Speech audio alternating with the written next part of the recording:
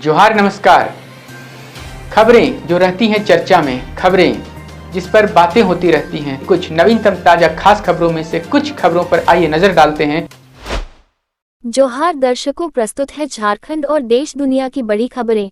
पहले बात झारखंड की। रांची के सिरमिटोली फ्लाईओवर का रैंप निर्माण कार्य लगभग पूरा हो चुका है और इसे जल्द ही आम जनता के लिए खोला जाएगा, जिससे ट्रैफिक जाम की समस्या से राहत मिलेगी। हालांकि रैंप निर्माण को लेकर आदिवासी संगठनों के विरोध के चलते कुछ अड़चनें आई थी, लेकिन प्रशासन की निगरानी में कार्य पूरा कर लिया गया है।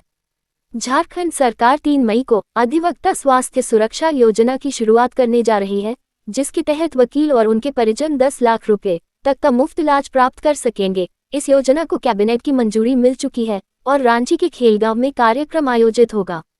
झारखंड के लातेहार जिले के हाटा गांव में 4 धर्मांतरित परिवारों ने उत्पीड़न का आरोप लगाते हुए गांव छोड़ दिया है। उनका कहना है कि सरहुल पर्व पर चंदा नहीं देने को लेकर शुरू हुआ विवाद मारपीट और धमकियों तक पहुंच गया, जिससे डरकर वे 15 दिनों से रिश्तेदारों के यहां शरण लिए हुए हैं। पीड़ितों के अनुसार उन्होंने 10 साल पहले धर्म बदला था और तभी से निशाना बनाए जा रहे हैं। दूसरी ओर गांव के अन्य लोग आरोपों को निराधार बताते हुए इसे सांप्रदायिक रंग देने की साजिश कह रहे हैं। प्रशासन मामले की जांच में जुटा है। रांची में आयोजित एक कार्यशाला में स्वास्थ्य मंत्री डॉक्टर इरफान अंसारी ने कहा कि झारखंड सरकार जनता को बेहतर स्वास्थ्य सेवाएं देने के लिए प्रतिबद्ध है।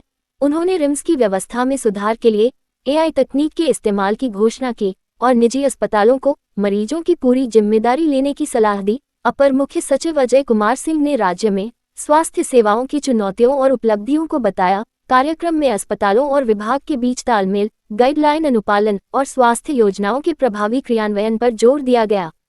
सिनेमा जगत के कलाकार रजा मुराद रांची से बोकारो जाने के दौरान गोला में रुके अपने प्रशंसकों का अभिवादन स्वीकार किया।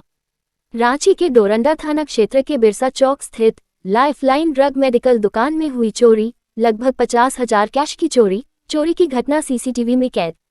झारखंड का DGP कौन होगा? केंद्र सरकार ने DGP अनुराग गुप्ता के एक्सटेंशन पर लगाई रोक, आज तक ही बने रहेंगे DGP।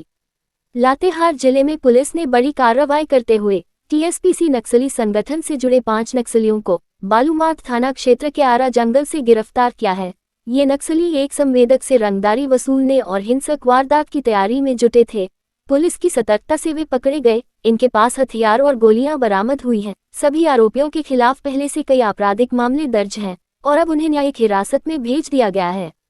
जमशेदपुर के राजा तालाब में मच्छरों की रोकथाम के लिए केमिकल छिड़कने के बाद सैकड़ों मछलियों की मौत हो गई, जिससे स्थानीय लोग पर्यावरणीय चिंता व्यक्त कर रहे हैं। लोग मांग कर रहे हैं कि तालाब की सफाई, जल गुणवत्ता जांच और केमिकल के उपयोग पर स्पष्ट दिशा निर्देश जारी किए जाएं। पाकुड़ के जमशेदपुर पंचायत में पदस्थापित ग्राम सेवक वतन कुमार को दुमका ACB की टीम ने 10,000 रुपये घूस लेते रंगे हाथ गिरफ्तार किया। शिकायतकर्ता असिकुल ने आरोप लगाया था कि सिंचाई कूप निर्माण के एवज में वतन कुमार ने 20,000 रुपये की मांग की थी। जांच में आरोप सही पाए जाने पर ACB ने जाल बिछाकर उसे पकड़ा। गिरफ्तारी के बाद वतन कुमार को दुमका ले जाया गया। अब तक कितने पंचायत सचिव, रोजगार सेवक पर कार्रवाई हुई है, मगर इनके भ्रष्टाचार कम होने का नाम नहीं ले रहे। इसका कारण हम नहीं सुधरेंगे वाली बेशर्मी है। हाल में ही खलारी प्रखंड के चिउरी में महिला पंचायत सेवक द्वारा अबुआ आवास के हर आवेदन में घुस लेने की खूब चर्चा रही। इन सब पर लातेहार की मुखिया अनीता देवी वाली सीधी कार्रवाई की जरूरत है शायद। जमशेदपुर के बागबेड़ा थाना क्षेत्र में फ्रिज साफ करने के बहाने एक युवक ने घर में घुसकर अकेली महिला को स्प्रे मारकर बेहोश कर दिया और उसके सोने के कंगन लूट लिए। पूरी घटना CCTV में कैद हुई, जिसमें 2 युवक घटना को अंजाम देते नजर आए। पुलिस CCTV फुटेज के आधार पर बदमाशों की पहचान कर उन्हें पकड़ने की कोशिश में जुटी है। देवघर के कुंडा थाना क्षेत्र में पुलिस पर हमले के मामले में आरोपी हृदय राउत को पुलिस ने SDPO कार्यालय के पास से नाटकीय ढंग से गिरफ्तार कर जेल भेज दिया। आरोपी पर पुलिसकर्मियों से मारपीट, अभद्रता और हाईवे जाम करने समेत कई गंभीर धाराओं में केस दर्ज किया गया है। भाजपा नेता बाबूलाल मरांडी ने झारखंड में बांग्लादेशी घुसपैठ को लेकर राज्य सरकार पर गंभीर आरोप लगाए और सुप्रीम कोर्ट में जांच रोकने की याचिका दाखिल करने की निंदा की। साथ ही उन्होंने CGL नियुक्ति में घोटाले का आरोप लगाते हुए जांच CBI से कराने की मांग की। मुख्यमंत्री हेमंत सोरेन ने राज्यपाल के खिलाफ दायर वही याचिका वापस ले ली है, जिसमें 2022 में चुनाव आयोग के ऑफिस ऑफ प्रॉफिट मामले में लिए गए फैसले को सार्वजनिक करने की मांग की गई थी। याचिका में तकनीकी त्रुटियों के कारण हाईकोर्ट के निर्देश के बाद इसे औपचारिक रूप से वापस लिया गया, जिसे राज्य की राजनीति में एक अहम मोड़ माना जा रहा है। कांग्रेस पार्टी 6 मई को रांची के पुराना विधानसभा मैदान में संविधान बचाओ महारैली का आयोजन करेगी, जिसमें मल्लिकार्जुन खड़गे, भूपेश बघेल और केसी वेणुगोपाल समेत कई राष्ट्रीय नेता शामिल होंगे। रैली की तैयारियों को लेकर कांग्रेस मुख्यालय में एक अहम बैठक हुई, जिसमें प्रदेश अध्यक्ष केशव महतो कमलेश समेत कई वरिष्ठ नेताओं ने भाग लिया। रांची डीसी मंजुनाथ भजंत्री के निर्देश पर 29 अप्रैल 2025 को जिले की सभी पंचायतों में मुख्यमंत्री मैया सम्मान योजना के लाभुकों के लिए आधार सीडिंग कैंप आयोजित किया गया। ये प्रक्रिया उन लाभुकों के लिए है जिन्हें 3 अप्रैल 2025 या उसके बाद सम्मान राशि प्राप्त हुई है, जबकि पहले से आधार लिंक लाभुकों को कैंप में आने की जरूरत नहीं है।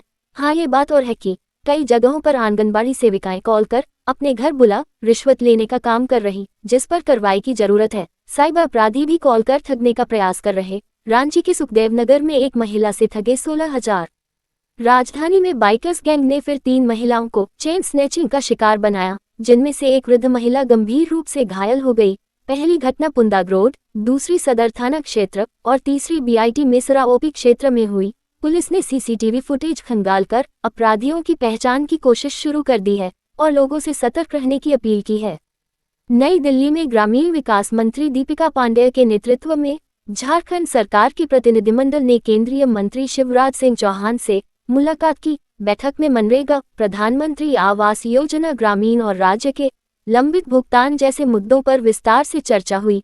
राज्य ने 747 करोड़ रुपए सामग्री मद, 150 करोड़ रुपए मजदूरी मद, प्रशासनिक मद की राशि, राजमिस्त्री प्रशिक्षण और अन्य लंबित भुगतान शीघ्र जारी करने की मांग की। इसके साथ ही मनरेगा मजदूरी दर 255 रुपए से बढ़ाकर 405 रुपए करने और एसडीआर दरों में संशोधन का प्रस्ताव रखा गया।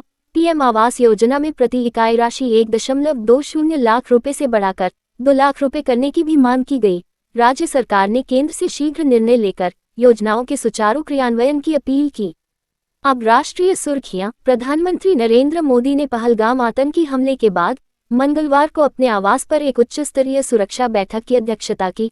बैठक में रक्षा मंत्री राजनाथ सिंह, राष्ट्रीय सुरक्षा सलाहकार अजित डोभाल, सीडीएस अनिल चौहान और तीनों सेना प्रमुख शामिल हुए। प्रधानमंत्री ने आतंकवाद के खिलाफ सख्त रुख अपनाते हुए सेना को खुली छूट देने की घोषणा की। राहुल गांधी ने पहलगाम आतंकी हमले पर चिंता जताते हुए प्रधानमंत्री मोदी को पत्र लिखकर संसद का विशेष सत्र बुलाने की मांग की है, ताकि देश आतंकवाद के खिलाफ एकजुटता दिखा सके, जिसमें राहुल गांधी और मल्लिकार्जुन खड़गे ने पीएम मोदी को पत्र लिखकर एकजुटता और कार्रवाई का आग्रह किया है।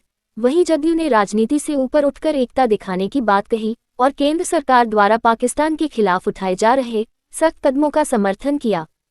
केंद्र सरकार ने 7 मिलियन से अधिक सब्सक्राइबर वाले यूट्यूब चैनल 4PM को प्रो पाकिस्तान एजेंडा फैलाने के आरोप में बैन कर दिया है। चैनल के संपादक संजय शर्मा ने इसे लोकतंत्र की आवाज दबाने की कोशिश बताते हुए विरोध जताया और अन्य प्लेटफॉर्म्स पर आवाज उठाने की बात कही। भारत और फ्रांस ने भारतीय नौसेना के लिए 26 राफेल मरीन लड़ाकू विमानों के लिए सौदे पर हस्ताक्षर किए हैं। ये विमान मरीन एम श्रेणी के होंगे। इस अवसर पर रक्षा सचिव राजेश सिंह और नौसेना के उप प्रमुख वाइस एडमिरल स्वामीनाथन मौजूद रहे। तो कैसी लगी आपको हमारी ये खबर, ये हमें कमेंट बॉक्स में लिखकर ज़रूर से बताएं और ऐसे ही नवीनतम ताज़ा अपडेट्स, खास खबरों से रूबरू बने रहने के लिए बने रहें हमारे संग। कैमरा के पीछे से मेरा सहयोग कर रहे अजय महतो, आनंद चौहान और युगल किशोर भगत के साथ मैं विजयदत्त पिंटू, रांची।